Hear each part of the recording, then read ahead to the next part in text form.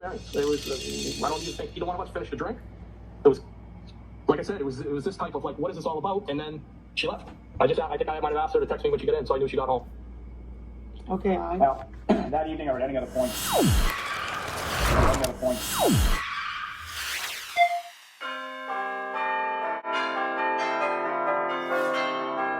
me when she got in, so I knew she got home. okay, Now, that evening or at any other points, at any other point in your friendship or your relationship, whatever, I wouldn't want to terminate. Was there any other sort of intimate contact beyond what you described occurring as she walked you out that night over to his house? Are you asking if she ever kissed me again? Asking if there was any kissing in sexual relationship, anything at all between yourself and the defendant? Absolutely not. In referring to at my residence when she stopped by, I was very uncomfortable, and it was just an uncomfortable situation. I was just a weird vibe. That's the best I can describe it. So I am watching Peter Tragos's video that he did. Page 107. The bubble with a quant pick of you. Some of the version of trying to suss out and vet, like, what is this all about? Again, I mean, I'm not proud of these text messages. It is what it is. I take responsibility for them. But, John was a friend at the same time, and I certainly wasn't.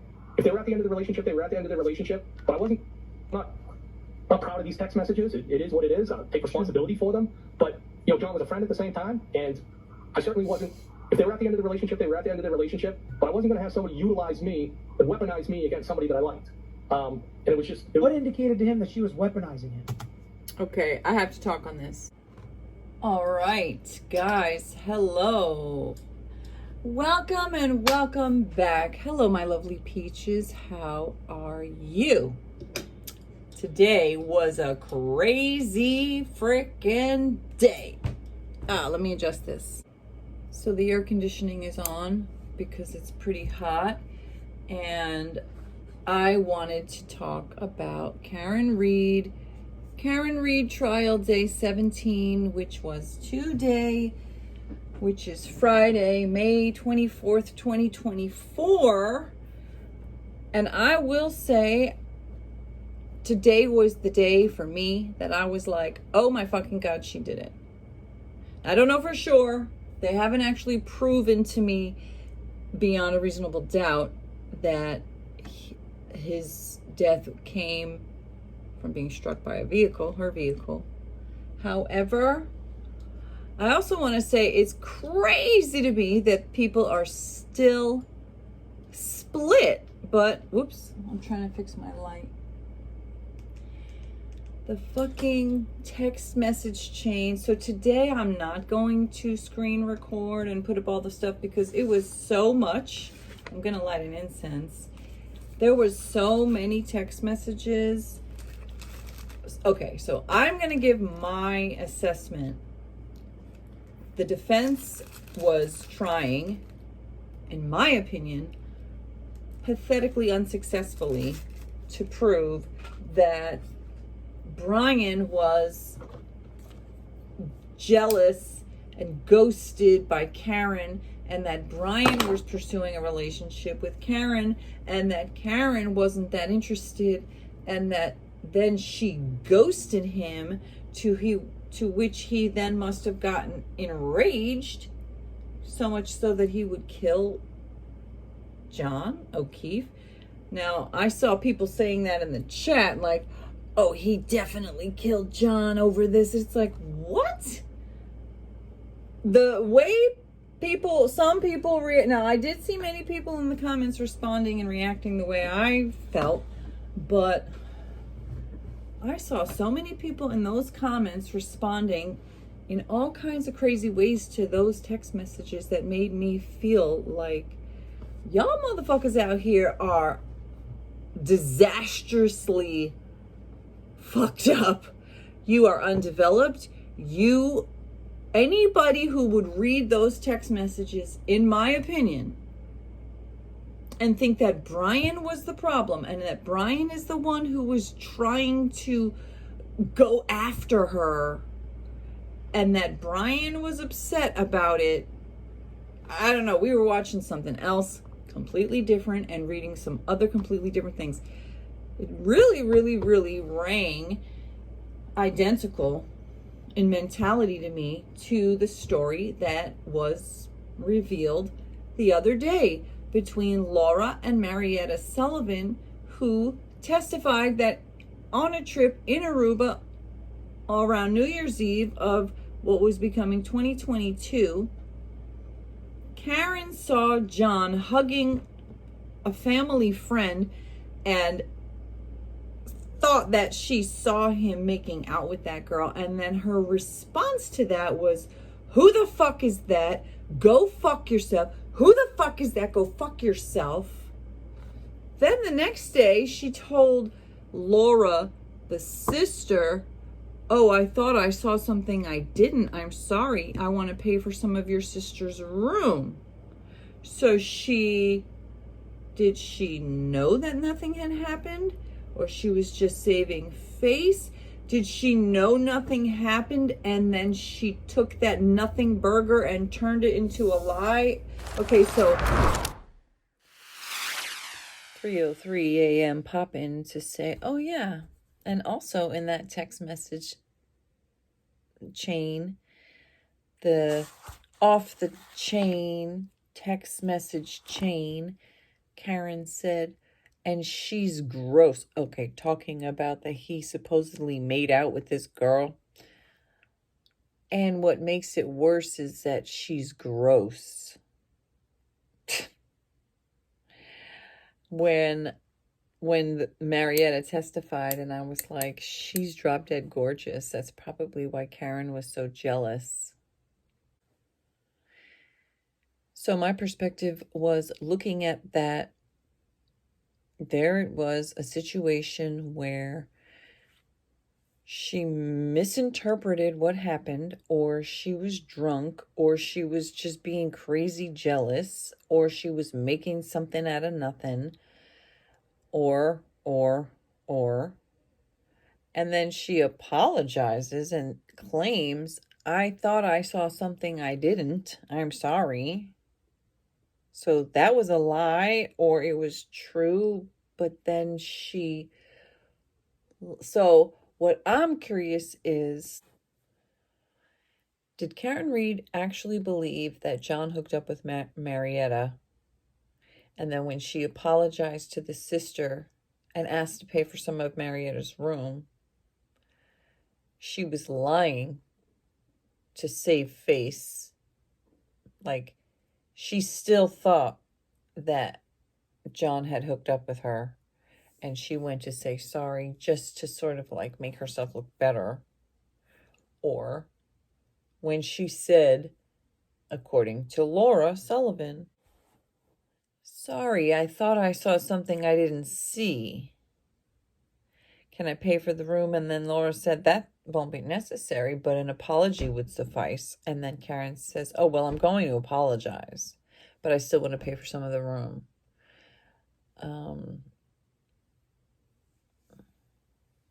Well, so what I'm wondering is, like, where was her fucking head, you know? Because maybe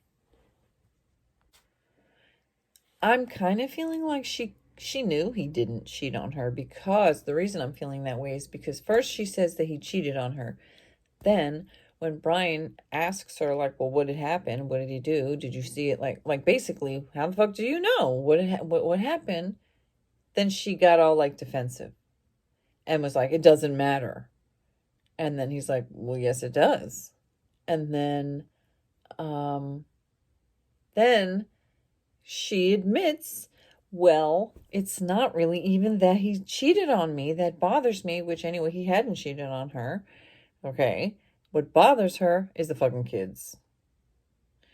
And the fact that there it is, New Year's Eve, and she's babysitting the kids when she shouldn't even be having to deal with any fucking kids. But then why are you dating a man with kids, though, ho? And then fucking trying to fuck his friend. The fuck? So I kind of took it as one of those, like, I'm going to tell you a lie sandwiched with the truth and a lie kind of thingy. Or is it like a truth, lie, truth, whatever, you know what I'm saying? Like, he cheated on me, which is actually a lie and makes John look terrible. And sound terrible, and then all of that is to justify the fact that she's trying to cheat on John. So it's like, I'm trying to cheat on John, and when you ask me, what's up? I thought you were with John. Why are you reaching out to me? Then I'm going to tell you that, well, John cheated on me. And now I'm trapped in this thing with these fucking kids I didn't even want. I never even wanted kids, she said. Then why are you dating a man with kids? That's your fault. Like, how can anybody actually defend this woman? If it was a man dating a single woman, saying, I never wanted kids. Now here I am in this messed up situation because this woman's fucking sister died, and now she's taking care of these damn kids. Like, didn't he have custody of those children before she started dating him? It's not like she was dating him and then the children got into his custody and she's like, this isn't what I signed up for, right? Am I right about that? I thought that those... Let me check. Wow, I just found... In memorandum, Kristen O'Keefe Furbush. So extra sad. I looked up her obituary, and she graduated high school the year after me, and because I graduated a year early, we were probably the same age. That is so sad. So she graduated high school. Wow. That's really sad. So also, since I'm popping in to do this edit, I was trying to figure out the kids' ages. So Kaylee and Patrick, when their mom and dad died, they were 6 and 3 years old. And then John, their uncle, adopted them as their dad and agreed to raise them.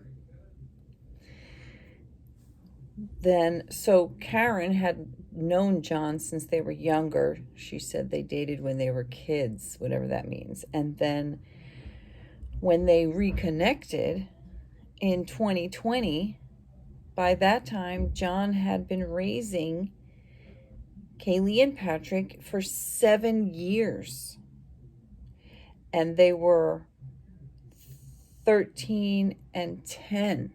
So by the time Karen and John rekindled, he had long been established as a dad and as their parent. And so one of the things that had been said previously to day 17 that I had heard of was that she spoiled them, and that she thought that his family should step in and do more, which didn't really strike me until yesterday. How fucking outrageous it is for her to have said that. When he adopted them, he decided, I'm their parent, I'm stepping in. That would be like somebody dating me and then getting mad that my parents don't do more to help me raise my children. You know what I'm saying? Like, he decided he's the parent, he's doing the job. So it's not her place to say your family should step in and do more. That's between him and his fucking family and however he wants to raise those children. That's none of her fucking business, in my opinion. So the kids were 13. The girl was 13 and the boy was 10 years old when she started dating their dad / uncle. And then they dated for about 2 years, and they were 12 and 15 years old when he died, tragically. And that means that he had raised them for 9 years. So I just wanted to kind of put a little bit of clarity around their ages and everything, and why I have such disdain for her as a woman who started to date a man who had stepped in to raise his niece and nephew as his own, and she had the fucking nerve to be annoyed that they were there. And I've said this in another video regarding Wendy Adelson's children testifying against her, if hopefully that someday comes to be the thing. And people are like, oh my God, leave the kids out of it. You know what? F you. Children have a right to testify. And look at it this way. If Karen is a wonderful woman and they don't want her to go to jail because they believe she's innocent, then they would want to testify to help her. Or if they believe that actually we have knowledge that might help to put her away, because you know what she did? We do believe that she was a mean, evil bitch and that she hit him with her SUV and left him out there to die. And therefore she should pay for whatever that is, and not with just money this time, honey.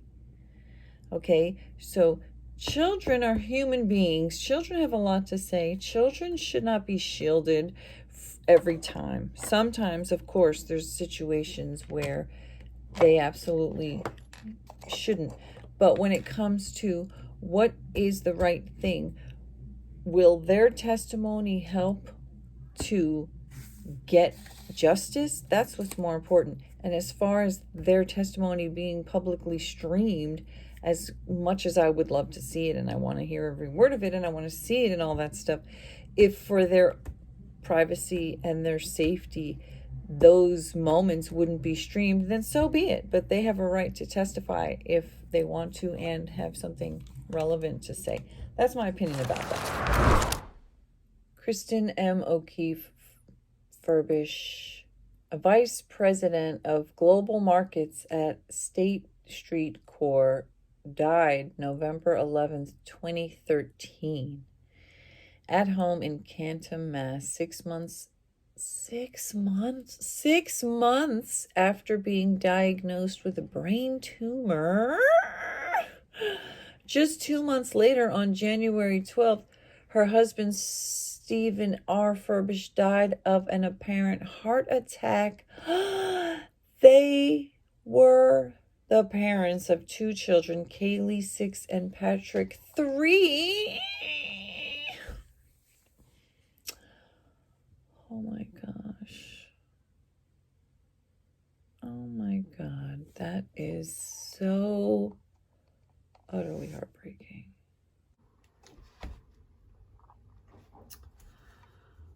Oh, this is from Providence College, news.providence.edu. Oh man, so she died in 2013. And oh my God, so sad. Rest in peace, both of them, and John as well. That truly is tragic, and I have absolutely zero sympathy for a motherfucking bitch who would start dating a man in 2020 when these children had been his children for 7 years. And you're going to step into this man's life and then fucking be pissed that he's a dad? The absolute fucking audacity. Are you fucking kidding me? So I'm wondering if she would just throw money at them and just buy them expensive things and maybe be like, just go to the movies, just, you know, or just take them to the store because she didn't want to deal with them. And so her way of parenting was like, let me just throw some money at them because I have money to throw. It's easy. You know, it's easy. It's I was talking to my son about this the other day and asked him what he thought about how she paid for that dinner. And he was like, well, I think that's financially irresponsible. He's 12. I was like, she's rich though. And he's like, well, so what? That just because she's rich doesn't mean that she should just be throwing money around that she wasn't planning on spending. I was like, who is this kid? But I'm like, well, you know, $2,000 could be similar to like $50 to somebody if they're super wealthy. So money is relative. However, it is weird to just pay for people who you literally just met. And it can seem like some type of power move That's what I'm saying. Things are not always, generosity is not always generosity, and help is not always help. And the story about this happy, loving relationship, and she's swooping in and being mom. Yeah, the evil stepmom. Ugh. Evil step-aunt mom. Oh. Yikes. Okay, so I was fucking floored when the text messages were revealed that... So to answer the question that Peter asked, how was Karen weaponizing Brian against John? Well, she said it her damn self. She knew where the fucking cameras were. She said, John, and I think that this could still be a fucking lie that she said to Brian when she said, John already showed me the video of the camera video of Karen walking Brian out 5 times already. And he's like, what, are you hooking up with him? And then Brian is like, oh, great. I don't need the drama, or whatever exactly he said. Okay, so what all happened? She got his number without him giving it to her. He literally asked her multiple times, how did you get my number? Why did you get my number? So she sought out his number by lying to a friend of hers named Melissa and saying, I had his number, but I lost it. Can you give it to me? And he said, oh, that's cute. So she went out of her way to get this man's phone number. Now, the whole way that they first, like, she knew who he was, but their first, like, meeting, you know, it's called a meet cute when you have a cute way of meeting. I would call this a meet poot, a meet yuck. So he's driving by her, knowing who she is, and says she's weed whacking. And he's going to say something to her, rolling down his window.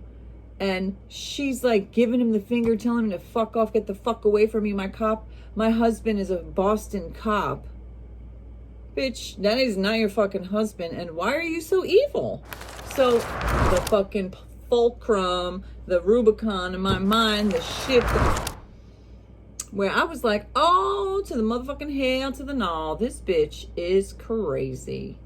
Oh, so that's what I was saying before about she was in Aruba and saw him hugging somebody, reacts to that fucking Mach 10 outlandish, makes it into something that it's not, makes a scene screaming, go fuck yourself. You're telling me that this is not somebody who might get pissed? She meets this cop for the first time, and she's like, get the fuck away from me. Okay. And then what did Laura say? Laura said the first moment that she saw Karen was banging on the window at the hotel room.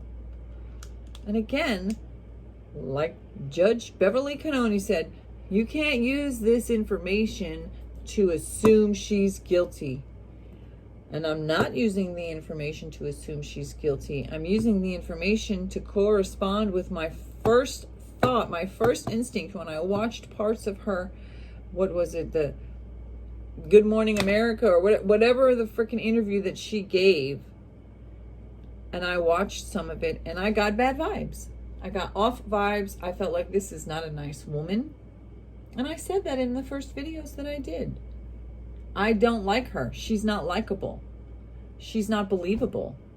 I don't know what it is about her, but she seems mean and she does not seem like an innocent person. Then I started watching the trial all ready to be like, this bitch is guilty. And I'm like, wait, what the fuck? What did she do? Where's the evidence? Now here we are, day 17. Does the fact that she wanted to fuck Brian Higgins and make John jealous, or does that make her a murderer? Of course not. Y'all bitches be out here cheating on your husband, cheating on your man, cheating on your side piece, cheating. not killing. Okay, so yeah, you could be a hoe and not a murderer. That's true. Another very interesting point was that when I originally heard the testimony that Karen was yelling about who's going to take care of the kids, I perceived that to mean she's ready to yeet those motherfuckers out of her life. She's like, he's dead. Who's taking care of the kids? I'm washing my hands of these motherfuckers. Emily took it another way. Like, her first thought is concern about the children. All she cares about is these children. I'm like, nah, that is not how it's reading to me. But now these text messages, what do they tell us? Karen Read never wanted to have children. Karen said that her and John dated when they were kids, but then his sister died and now it's all fucked up. And John's not cut out for this. And Brian responded, he thinks he's doing the right thing. And she said, oh, of course, but basically, she didn't want to have fucking kids. She was not into it. She was stressed the fuck out about it. Okay, so the way I read these text messages was that she was pissed whether or not she actually believed that he made out with Marietta.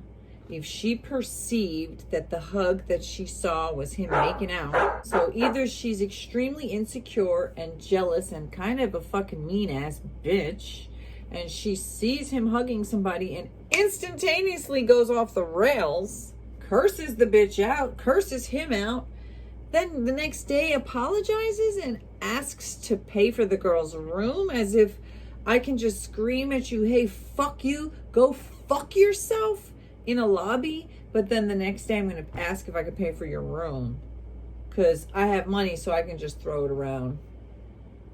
Like I said in yesterday's video, that does not come off to me as sweet and generous. That comes off as an abusive bitch who just happens to be rich, so she thinks that she can wash her problems away with money. Okay, so what do these text messages show me? So I made a comment on Peter's channel, which I'll read. My understanding of him, of Brian Higgins, saying during cross-examination when Alan Jackson was saying, you were romantically interested in her. And he was like, well, I wouldn't say that. And then he was like, so Alan Jackson is trying to paint a picture that Brian Higgins was so jealous and so into her, and then she ghosted him, and that drove him into a rage. And he's like, no.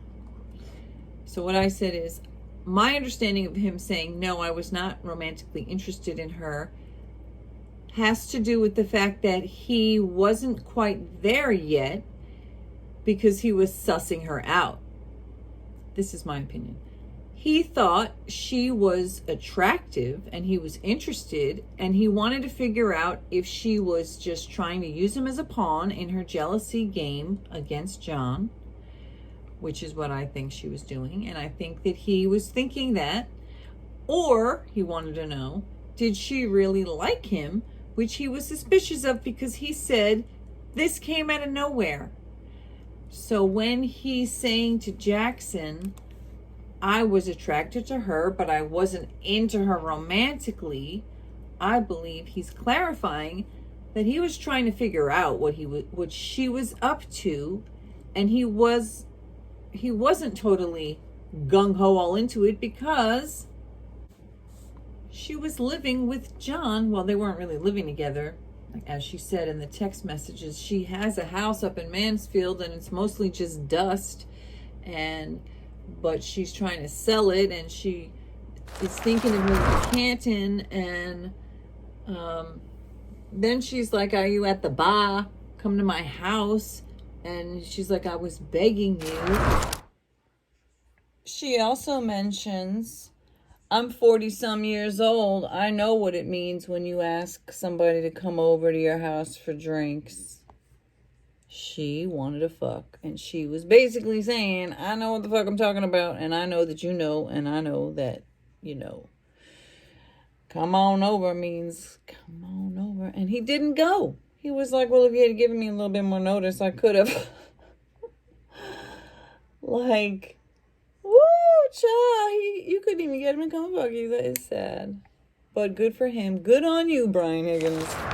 And he was like asking her several times, you know, what's the deal?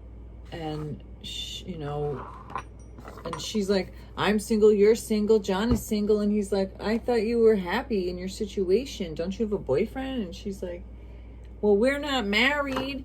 And he's like, okay. And, you know, to me, to see and hear him reading those in his own voice, and to feel so sure of how I felt, and then to go back and read comments and see other people feeling the exact opposite, it's just like, wow. Other people are seeing that and saying he's a cringe. He's cringe. He's cringe because a woman that he found attractive, that was dating a friend of his, text messages him out of the blue, which she didn't even have his number, and he's like, how did you get my digits? He's interested in her. He's a single man. He's probably kind of lonely. I think he's handsome enough. He's not some kind of schlub looking guy. He's a big old beefy cop with a cute Boston accent. So he's interested, he's intrigued, but he's also suspicious and like cautious, which makes him a good guy, not a fucking murderer. What the fuck is wrong with people? So she gets his phone number from a friend. She reaches out to him. He's like, how'd you get my number? Then she's like coming on to him flirting, and he's like, aren't you with John? And then he wants clarity about what are you really looking for. So it sounds like from all the things that she's saying about, I didn't want to have kids, and now here I'm in this messed up situation, and his sister died, and now he's taking care of the kids, and he's not even suited to it, and you know, and they're spoiled, which is kind of interesting. It's like, wait, they fought over the fact that she spoiled them by buying them expensive shit, but then she's complaining that they're spoiled. See, this is what I'm talking about. This sounds like a bitch who will cause a fucking problem so she can turn around and then blame you for it.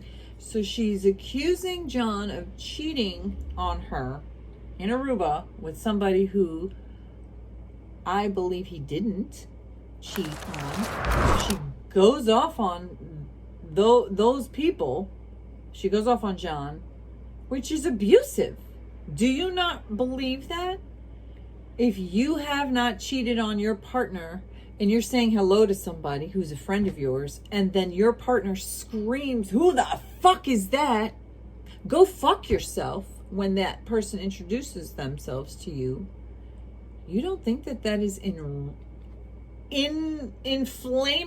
narcissistic abusive in every way whatsoever? Sometimes people appear sweet and innocent, so kind and generous, and then you find out they're an evil, conniving bitch. So did she know that John didn't do anything? Oh, and I thought that was also interesting that when she was telling Brian in the text messages that John cheated on her, and he said, did he bang? You know, did they bang? And then she acted all defensive and like, what does it matter? You know, and I think that she knew 1,000 bazillion% that John didn't do shit. She probably saw John hug the clothes. If Marietta is to be believed, then if Karen actually saw anything, she would have seen John hugging Marietta, hello, and her stepping back, and him, you know, stumbling drunk. That much would have been true. And I guess in the text when she said he was a puddle all day, or in a puddle, I'm assuming that meant alcohol, drunk. He was probably drunk as a motherfucking skunk because she was a psychopath. And again, not to put blame on people for somebody else's addiction, okay? But if you're with a woman or if you're with a partner, it doesn't matter of gender. If you're with somebody who's accusing you of every which way you turn and look, it's like you can't even fucking blink right for this person. They're making your life hell. Then yeah, you know, you want to get out. And it's not always easy. Like, there are so many situations where someone is being abused, and then there's people who are like, well, just leave.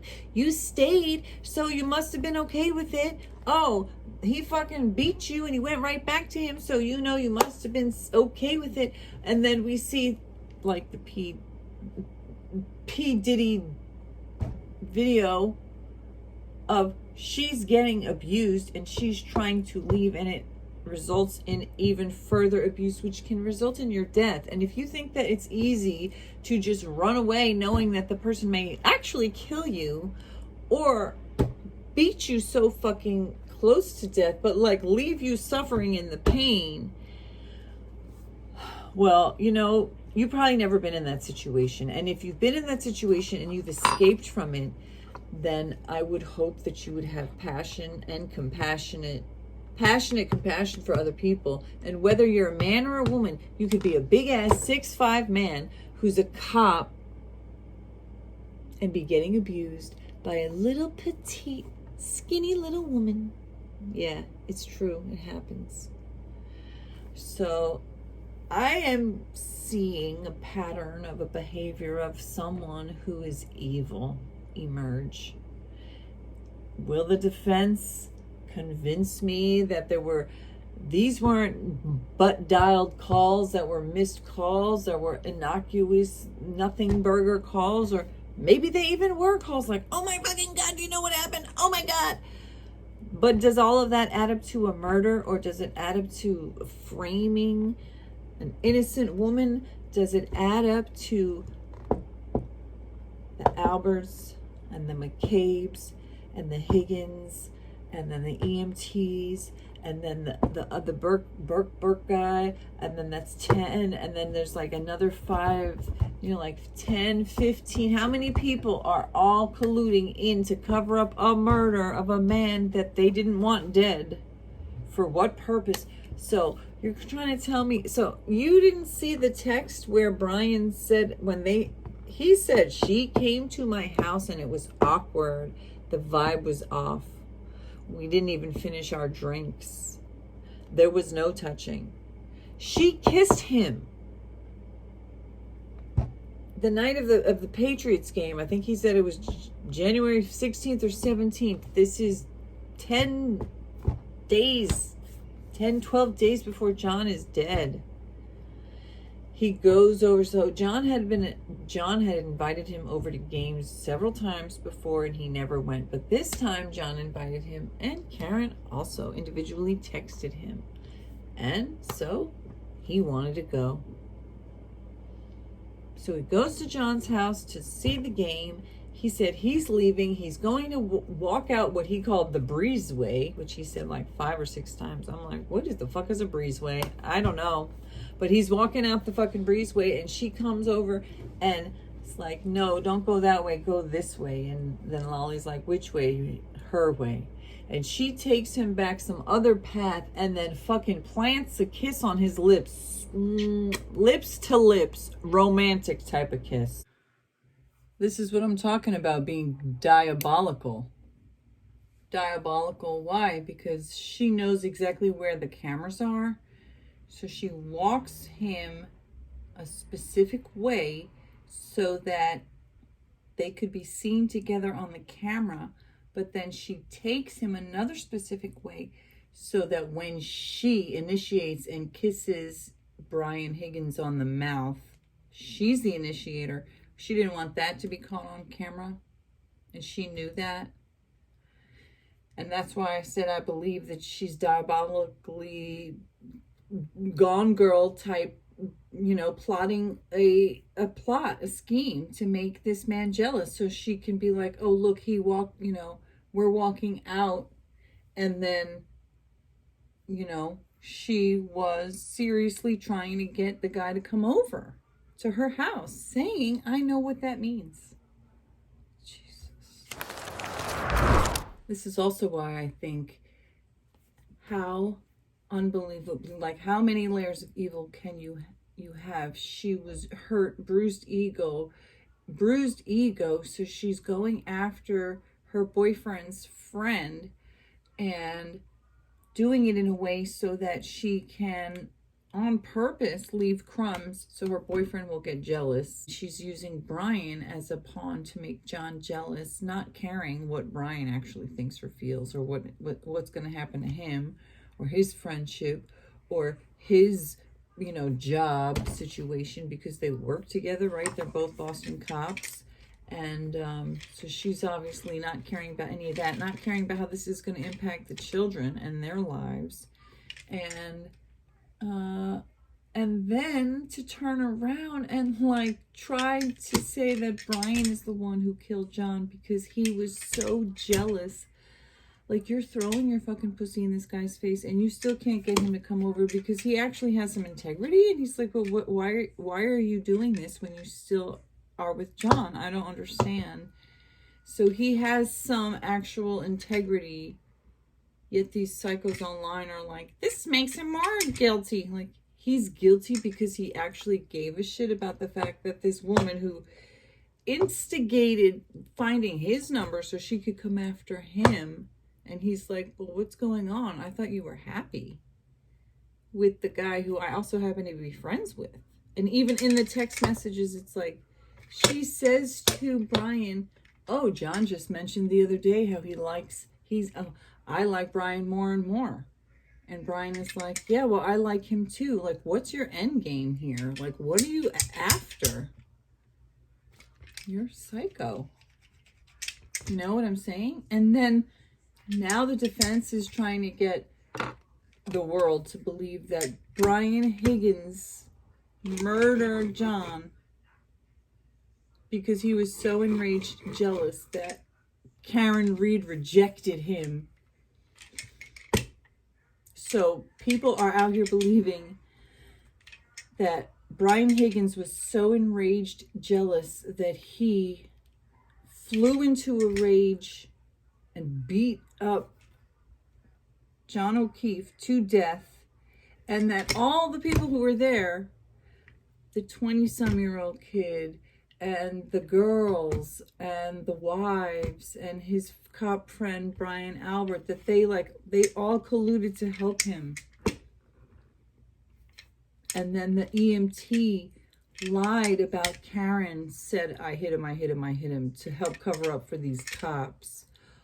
All because Karen is so desirable that it drove this man to insane jealousy. And that this man is so powerful that he got all these various people to cover up the murder. And not only cover up the murder, but also frame Karen. And plant evidence. And lie. And intimidate witnesses. And tamper with evidence. And tamper with the Celebrite data. And what do I make of it? What do I make of those so-called butt dials and the 22 seconds and then this and that? And it's like, well, the 227 supposed Google search from Jen McCabe said, the deleted thing said unknown. So that was super inconclusive to me and leaned toward the possibility that it just said that time because that was the last time she had the browser open. And so when she opened it, and that's what it did. I don't know. It even said, even Peter said that can happen. Peter Tragos, the lawyer. And then those butt dials and so forth, it seemed like they weren't completely clear. Like, did you actually explain it so clear that you could tell me that it was somebody who picked up or not just voicemail? They never made that clear. So, I mean, and then it's like, how can you butt dial somebody on iPhone? I don't know. My brother's fucking phone butt dials me all the damn time, or pocket dials, or whatever you want to call it. Like, it's not his actual butt cheeks. It's things getting pressed against it. I don't have my phone locked because it annoys the fuck out of me to have my phone locked. So I don't. But I also, I don't know. I usually put my phone in a certain pocket where it doesn't tend to jostle around with a bunch of other things. So I don't end up butt dialing people, but people butt dial me. It happens. And then, you know, it's missed calls and butt dials are not enough to make me think that they covered up a murder. But a bunch of text messages from a woman who was jealous as fuck that paint a story of a desperate, pathetic, sad, mean, selfish woman. Those text messages and then the testimony from the sisters and Brian Higgins and everybody else. Now it's starting to add up to me. She takes him back some other path and then fucking plants a kiss on his lips. Lips to lips. Romantic type of kiss. He was taken aback. He left almost immediately. Then he texts her, "Are you fucking with me?" or "I wish," something like that. Then later in the text chain, some other day, she mentions, "John has shown me the camera of me walking you out like 5 times and my voice and my accent killing me softly." I just want to say, as much of a mean-ass bitch I think Karen is, she is pretty fucking funny. I'll give her that. She's funny. The camera of me walking you out like 5 times and my voice and my accent killing me softly. And then he's like, "Wait, what?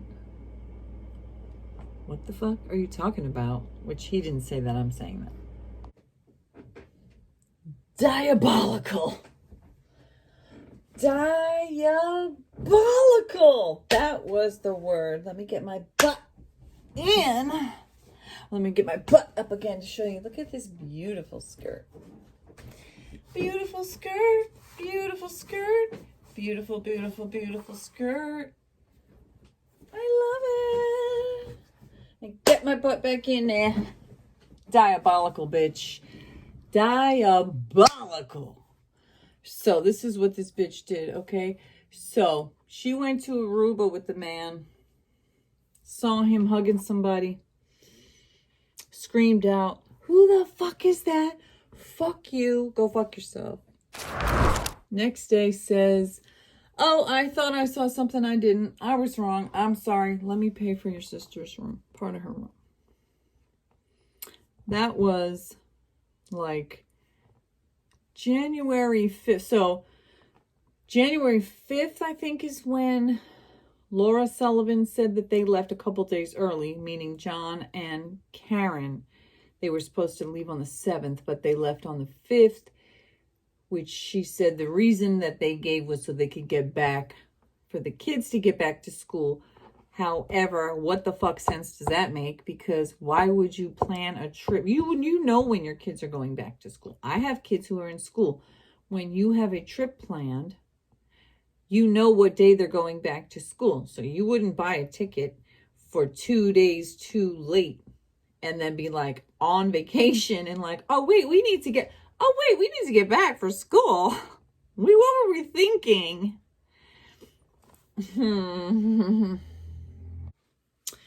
No, they were not rushing back to get back for school. They went back because they were fighting. They didn't go to the Jolly Pirate boat. They showed up at the cabana half a day late, and then Karen stayed in the water all day. And so it seems to me so funny because when they gave this story, yesterday, and I'm like doing the video, I'm like, this is a nothing burger. Like, okay, yeah, she's a bitch, but how does that mean she's a murderer? And just like people today might be watching Brian Higgins and be like, you were so into her, you wanted her, you went and fucking killed John because of how jealous you were that she was texting with you and then she ghosted you. What do you mean she ghosted him? She's a diabolical bitch. She went out of her way to get this man's number from somebody who I hope testifies. I really hope Melissa and the Lido show testify, because what the fuck? She went and got this man's number. This man who, I think he said he lives a couple blocks away from John. They're both cops. They're kind of friends. They're friendly. And as we learned through the texts from them, John had just told her, I'm really starting to like Brian more and more. And Brian said, yeah, I like him too. You know, what's your end goal here? Sounds like to me her end goal was, I want to use you, to weaponize you, to make John jealous, because I'm jealous over the fact that I thought that he made out with somebody, or I even saw that he didn't, but I'm just so fucking jealous that I don't care. You could look sidewise for a split second and I'm the kind of bitch who's going to tell you you're fucking cheating on me. That's the vibes it's giving. You fucking looked over there and there was a woman over there. You just fucked her. Like I'm getting unhinged. I'm getting, I won't diagnose you, but somebody might have vibes kind of thing. Or, you might need some help. I'm getting cameras, weaponized jealousy ploy. I'm getting, exactly where the cameras are. So you walk by one of them on purpose with that man just so that John could be jealous of you. Then you take him somewhere where the cameras are not. And you know that because you said so in the fucking text message. And you cheat on your boyfriend. And then I saw a bunch of comments. People like, they're not married. John was single. She was single. And Brian is single. Yeah, Brian was single. Brian wasn't cheating on anybody. And yeah, the face that Peter makes, who I love Peter, but we don't always agree. We don't always agree, as if he knows what I think. I don't always agree with his opinion.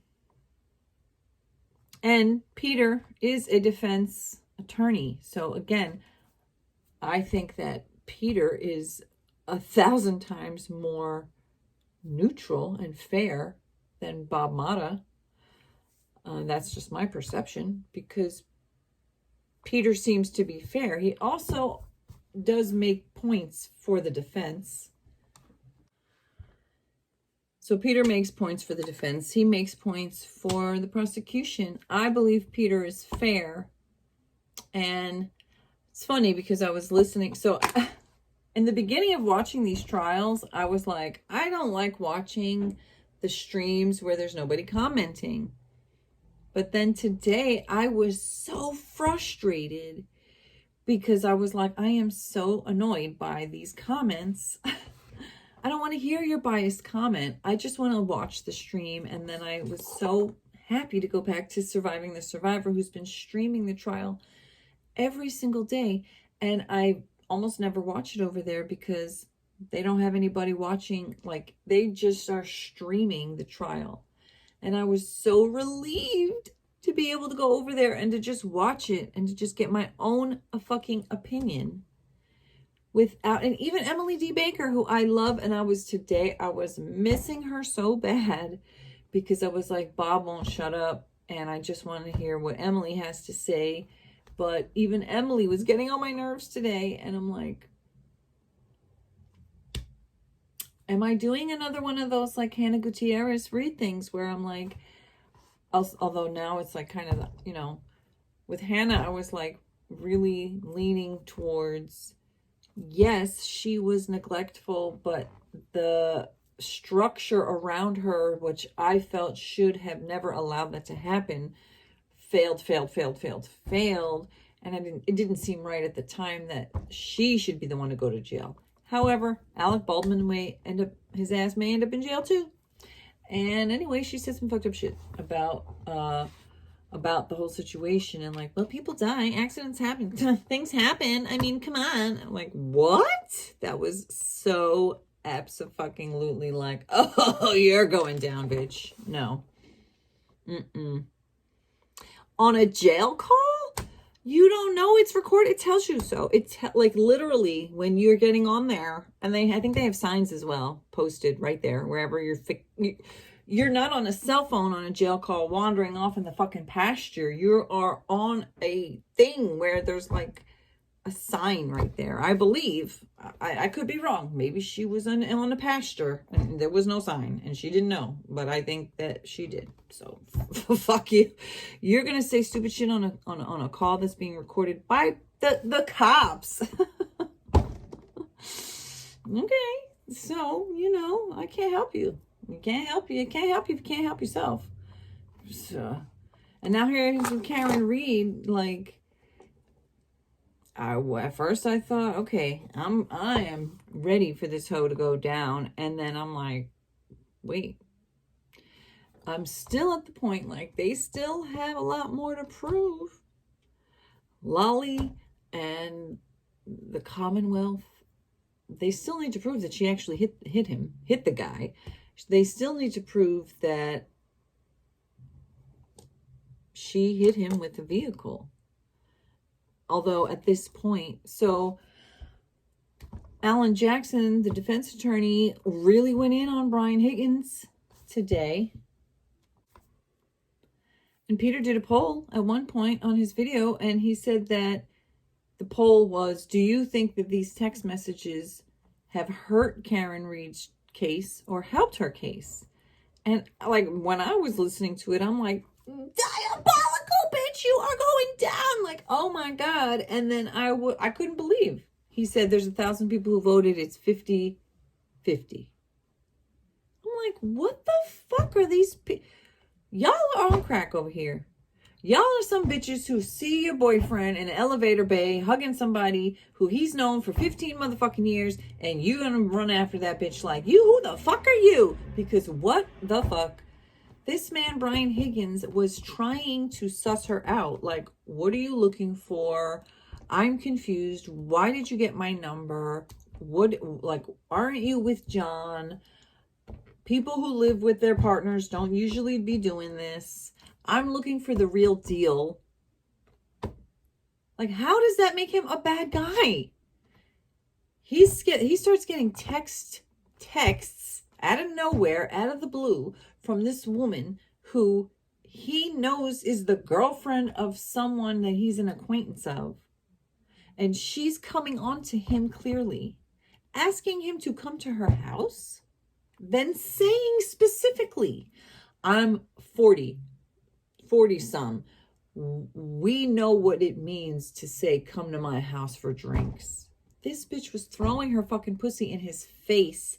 And then when he's asking her, well, what about John? What's going on with that? She's being evasive. And then the fact that one of their last exchanges was so weird and cringe, and that's the one where she was like telling him about the fucking video of them walking out and John showing it to her 5 times, and he's like, what? OMG. And he did a puke face emoji, and she's like, it's fine. And he's like, really? Then she goes to his fucking house. What a creep. She is the creep. She's the creep, not him, in my opinion. She goes to his house. He said that it was weird vibes, and it was just more of that back and forth, confusing, and she left. So then she texts him again, and his response to her is, I thought we were good. I thought you were good, meaning like, what the fuck are you texting me? I thought we were all good. Then, yeah, when they were at the bar the night John died, he texted her, and he said, now to me, if I had seen the text and he's like, and then, well, I wouldn't have automatically thought that means him being flirty. It's kind of like, well, what does that mean? I don't know. He said it was a flirty text, which to me shows he's being honest. So when Alan Jackson starts trying to push him, saying you were into her romantically, and he's parsing words, meaning, well, yeah, I was interested. Yeah, I thought she was attractive, but no, I wouldn't say I was very interested. I wouldn't say I was romantic. I was trying to suss out the situation. Like, where is this coming from? This lady's text messaging me out of the blue. She got my number, and then she's being weird. And then the defense is trying to paint it like what? What did he do? He went and faked evidence to frame her for the murder because he was so jealous. So Brian Higgins was so insanely jealous that he beats a man to death in his friend's house on his friend's son's birthday, at the house with the wives and the kids there. Like, what? This is the stupidest, most insane, off the rails, jump the shark plot line that to believe that this guy would kill a man over a weird ass woman who she creeped him out. He said it was a very weird experience. Why would he kill the man? He liked John. He was attracted to Karen, but he obviously thought she was a freaking weirdo, and not in a good way. I mean, yeah, to me, what I was getting is like, he was interested in her, and like he said, well, if the relationship with John was ending, that's one thing, it's like if somebody is single, and he even said to her, is John okay with you dating other people? And then she's like, well, we're not married, and he's like, okay, what do you want from me, Karen? Now, does all of this mean that she hit him with her car and left him there? No. Do I feel like they still need to prove that? Absolutely. Can you be a psycho bitch and not be a murderer? Of course. There's lots of y'alls out there. Like my sister's ex-friend, who I used to tell her, you better watch your back, because that kind of girl. But that kind of girl, she's like, well, I think that something she may have done was find a rock that she could write the word bitch on and then throw it through someone's window that she was jealous of because her ex-boyfriend was friendly with. So, like, her ex-boyfriend was friends, platonic friends with this woman that he had known for years before he was dating that crazy bitch. And she was so jealous of them, even though they were not sexually attracted to each other. They were not having an affair. They never did. They never would. And they were just friends and colleagues, which people are allowed to like people if they even have like different genitals. Like, it is allowed. And to try to control someone and tell them who they are allowed to be friends with is pretty fucking psycho and abusive. And if somebody's doing that to you, or you're doing that to somebody, then I advise you to get some therapy and help, and maybe leave as soon as you can, because people trying to control you with their rage and their jealousy and their bad behavior, it's not acceptable. So today for me, Karen Read is a diabolical bitch. She planned that. She knew that what she was doing. And Brian said, why did he go there that night to the game? Because John texted him personally, and Karen did too. So was it kind of weird of him to be like, well, I'm going to go to your boyfriend's house so I can see you, the lady I'm interested in, because I think you might be breaking up with your man. But, does that make him a terrible person because he was kind of like, well, I want to check it out? I mean, it doesn't make him the super best guy, but I feel that the way that he was trying to suss it out, and then it seems to me from what he said, He never kissed her. She kissed him one time, which his reaction was he immediately left. He didn't fuck her. He didn't throw her on the lawn. He didn't make out with her. He didn't go to her house when she was literally saying, I'm begging you. I was begging you. And I looked it up. How far was it? How far is it to drive from Canton, Massachusetts to Mansfield, Massachusetts? It's 22 minutes. 22 minutes. So she was like, I'm begging you.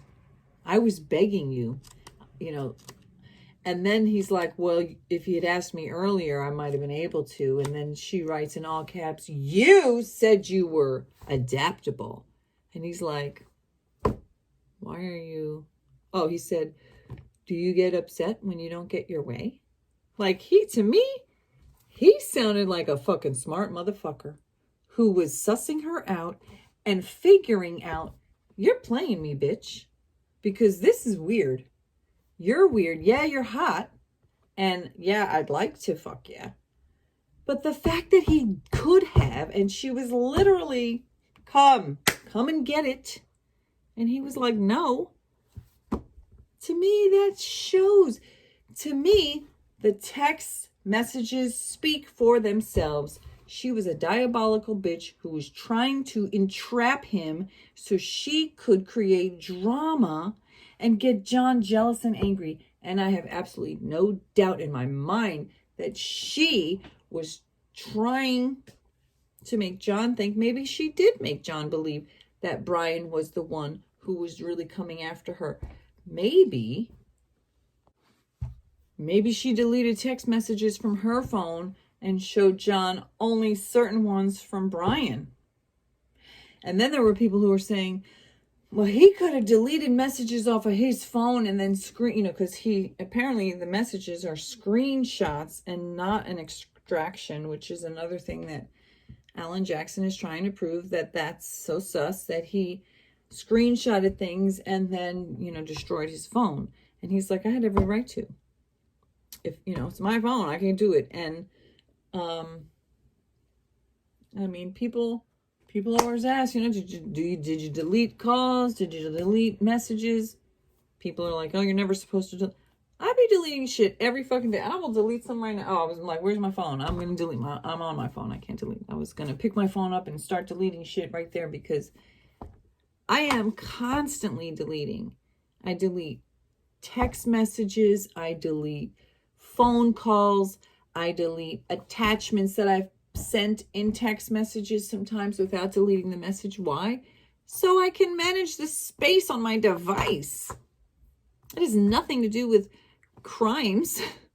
It's my fucking device. I get to delete whatever the fuck I want to. I took 80 pictures of the sunset that I don't want to have on my phone. I get to delete those off.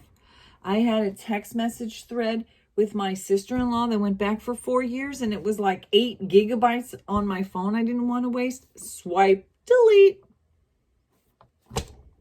It's not sus to organize and manage your phone.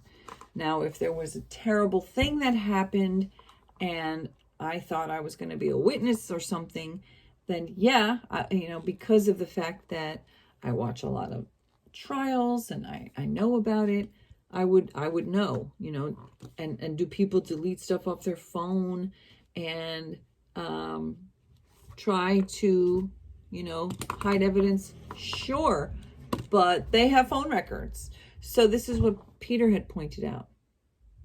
Well, if Brian Higgins' screenshots of those text messages were so skewed because he deleted a bunch of things and then tried to make it look like a narrative, she being Karen and her lawyers, could have extracted her phone and said, hey, and maybe they will, although I feel like they would have gotten into that a bit today, but who knows? Tuesday he's going to continue, so maybe he'll bust out, these are the real actual printouts, and look at all the deleted texts.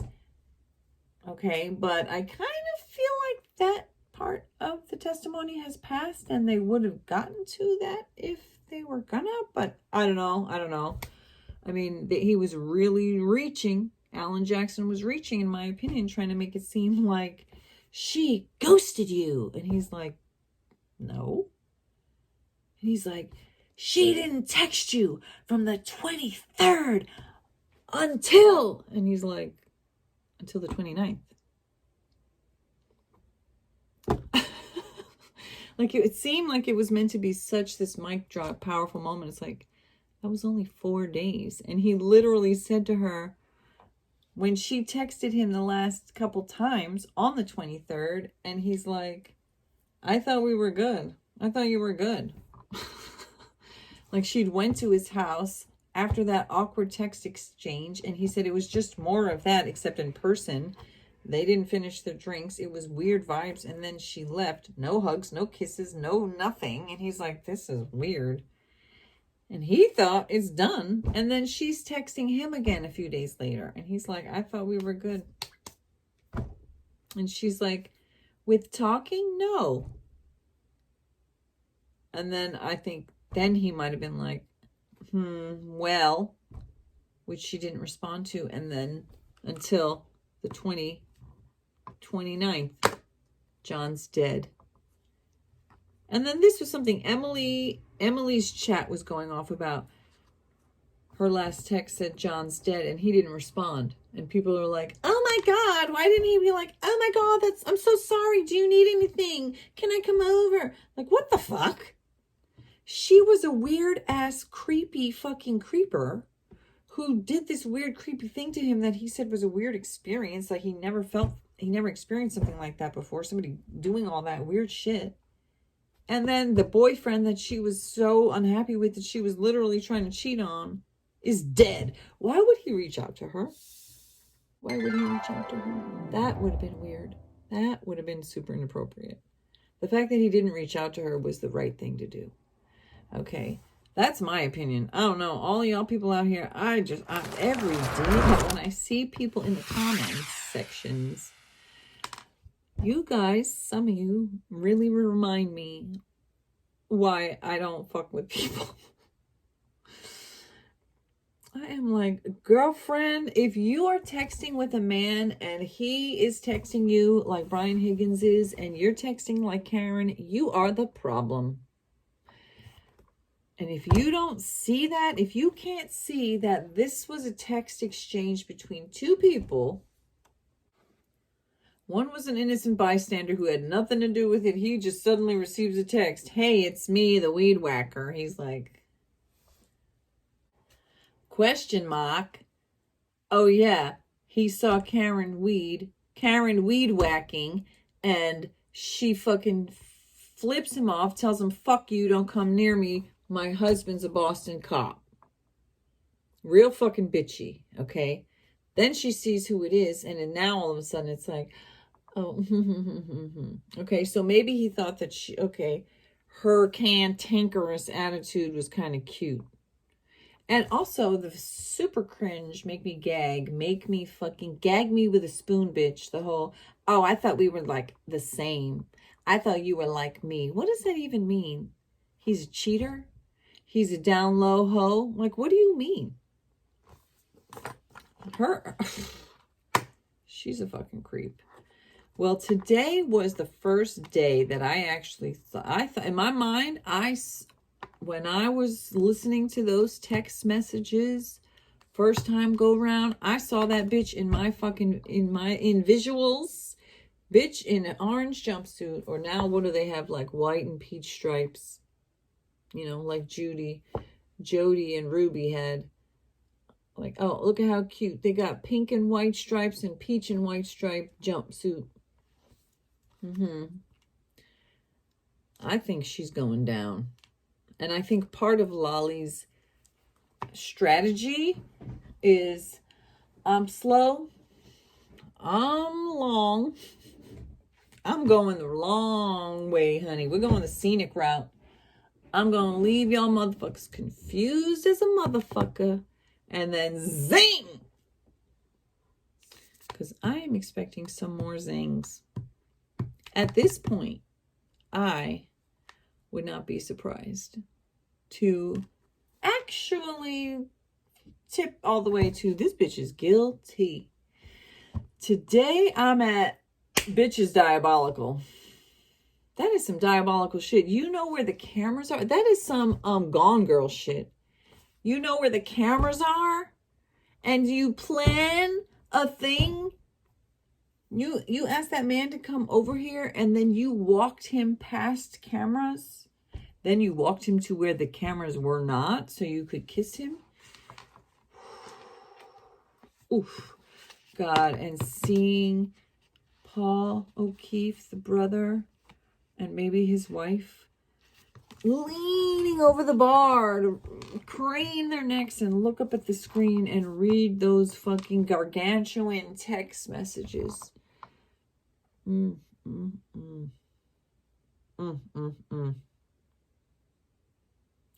they know what she was saying about the niece and nephew. Now they know what she said about John. Now they know she was a cheating hoe.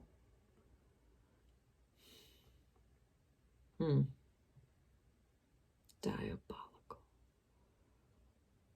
Cunning. And I think this is where you're starting to get into, because second-degree murder, wait, second-degree murder doesn't have premeditation, does it? Let me see. Let's check what it is. WCVB.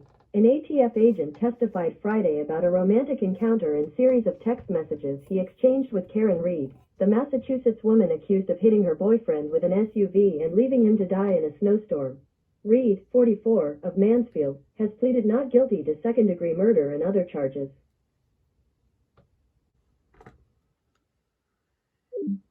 According to Wikipedia, Brian Michael Higgins is an American politician serving as the U.S. representative for New York's 26th congressional district. So there's a few kiss and tell at the Karen Read trial today. There's some photos of Brian Higgins. Oh, man. Oh, man. Flirty. I'd call them cringe more than anything. Okay, look, there's Brian Albert there. Brian Albert.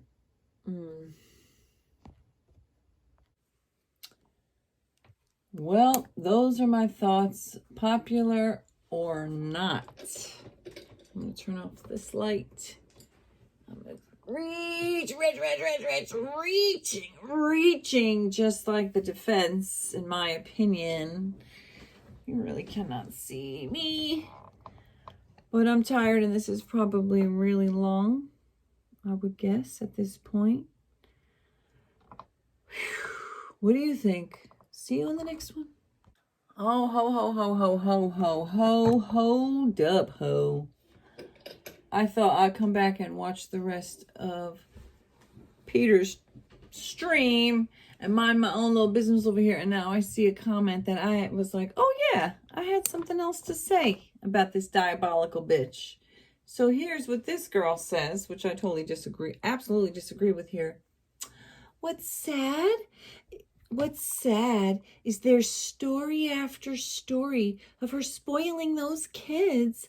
A great relationship with John, generous, kind, and one, all caps, exchange can flip to indifference of her life. Sad, please. Girl, shut the fuck up. Hell fucking no. Why? Story after story, right? Lie after lie of this relationship that didn't exist. It was fake. Story after story of her spoiling the kids. Actually, a few people mentioned that John and her would get upset at the fact that he didn't like that she spent too much money on the children. So that's not really stories of her spoiling them, is it? It's stories of her disrespecting the father's decision of how he wants to raise his children. That's what that is, okay? And her throwing her money around in a way that was unwanted. Okay, so there's that. Then a great relationship with John. This was the point that I thought was so juicy. All those people the night of the last night, the night that he died, the night of the Waterfall Bar and Grill, was that John and Karen were getting along so great, so lovey-dovey that one of the witnesses, I think it was Julie McCabe or somebody, Julie Albert, had testified that she, maybe it wasn't Julie, it was somebody testified that she had even said to her husband, why aren't you that way with me?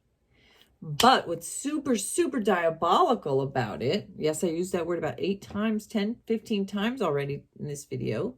It's going to make it into the title with the two-way emoji as well.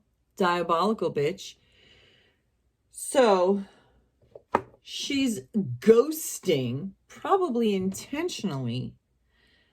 And Brian Higgins even said, maybe she wasn't answering me on purpose. And he didn't seem to, like, I honestly think that at that point he was like, this girl is weird as fuck. And that he wasn't pressed about the fact that she was done, because he thought she was done. When she texted him back, he was like, I thought she was good. I'm like, why are you texting me, girl? That's how it came across to me. Okay. So there you've got all this text stuff happening starting in January 17th, January 18th, 19th, 20, 21, 22, 23. He said there was 9 days of texting. And it wasn't even every single day. And then, cause I don't know exactly when it started, the 12th or something maybe, I don't know. Okay, so you have all this weird stuff going on. She kisses him. She goes to his house. She's acting weird.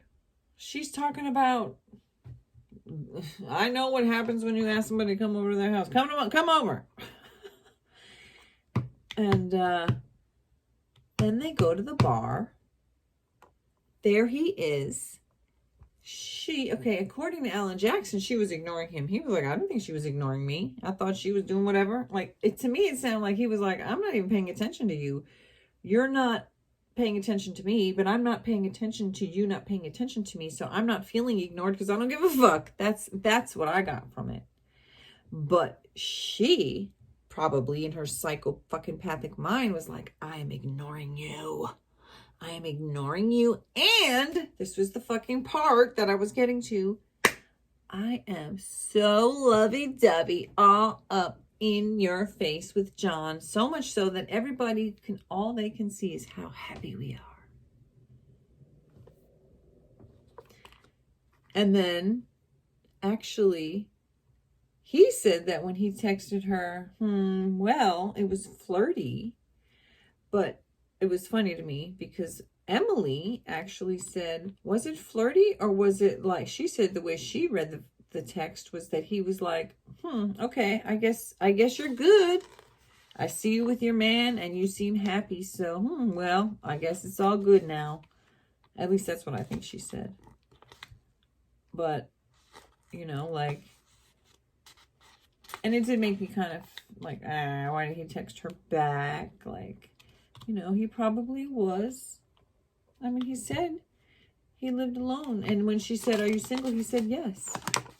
And I want something real, And it's like, for people to be out there trying to make this man feel bad or trying to make him into a bad person because of the fact that a woman that he thought was attractive reached out to him on her own. She initiated it. She initiated first contact. She initiated the kiss. She initiated the text messages. She initiated asking him to come over. And he was the one who was like, what are your intentions here? Like, what's going on? Are you guys breaking up? Are you staying together? Because it sounded like he didn't want to just fuck her and leave her. And it's like the whole thing's like, why would people be mad at him because he didn't want to just fuck her and fuck over his friend? Like, that makes him a good person. This is what I'm saying. Like, what is wrong with people? You see that a man is like, I could fuck you. You're hot and I'm interested in you. But what's going on with your relationship? Let's talk about that. Let's talk about what your intentions are. I'm looking for the real deal. This is like what you want a man to say to you. You want a man who's suspicious of you texting him out of the blue. Where'd you get my number? Why are you texting me? Are you fucking trying to set me up on a fucking, you're setting me up to be a patsy in your fucking drama with your boyfriend because you thought that he cheated on you, which he didn't. And so now you're trying to use me as a pawn in your fucking sick game so that I can look like a fucking idiot on your behalf? No, I'm not going to let you do that to me. Wow. So yeah, the whole lovey-dovey and they had a great relationship was a lie. It's not a great relationship when the person is going behind your back saying, I never wanted kids. This is so fucked up. I'm not even that happy anyway. He's not even well suited for what he's doing. Like, oh my God, girl. You could just leave. You could just break up with the man. Like, what the fuck? You're not married. There's no reason why you need to stay with him.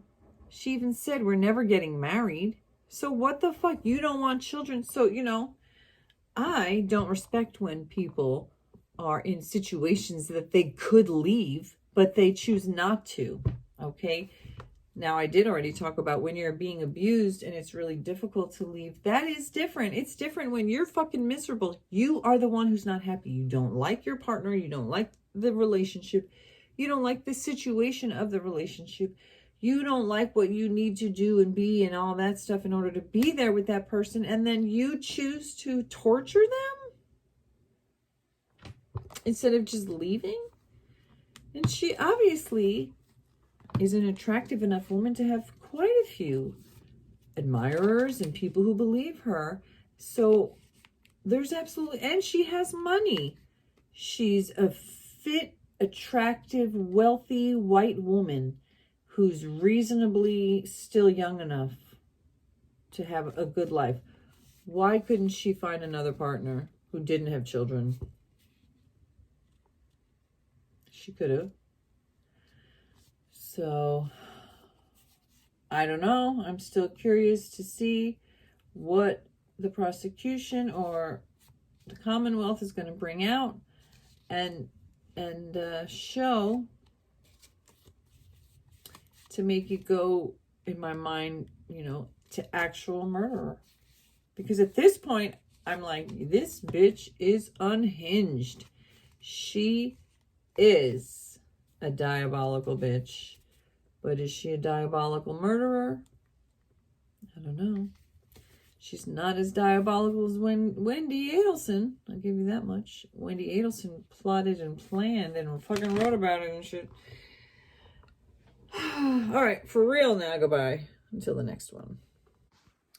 Here we go again. I'm trying to edit this video and then I see another comment on Peter's page. I won't say your name because I'm about to destroy your credibility. What the fuck, girl? You are a problem. This makes me sad, and this is exactly what I was talking about. So I won't say the person's name because I don't want to insult that person. But if you want to watch his video, there it is at 1:14. She says, Peter, you see Higgins as wanting a relationship with Karen. As a cynical female, I see Higgins, not me, this bitch. I see Higgins as a player who just wants to bang and ask for nudes. You're the problem, girl. He said the word bang. That's true. He may have, he did ask for a picture. That's also true. He didn't say nude. I didn't see him say, send me a nude. He said picture. So yeah, I guess you could assume, because he said, send me a picture, you could assume he wants a nude. Because you're cynical. You're saying, you're admitting it. But what I want to say to you, cynical female, is that just because the man said the word bang, like, did you read the context? Okay. And actually, it was really sad to me that it is sad. Because what actually was said was Karen said, he cheated on me Brian said, did they bang?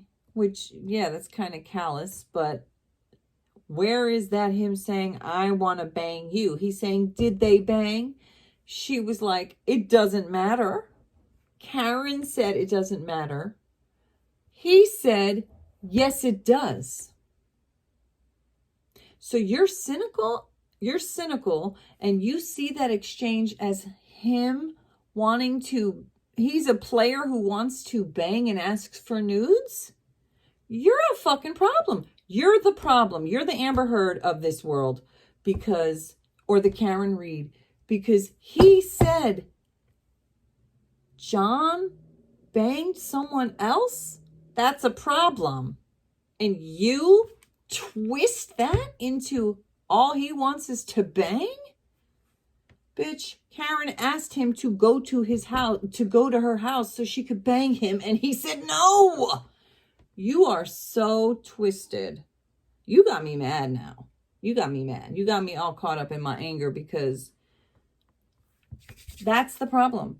You take the facts and you twist it into something cynical. That's called borderline personality disorder or something like that. Yeah, I'm mad because that makes me so angry because I saw a man who's like, I don't want to get played. Karen was the one who is a fucking cynical female who's out there trying to get banged.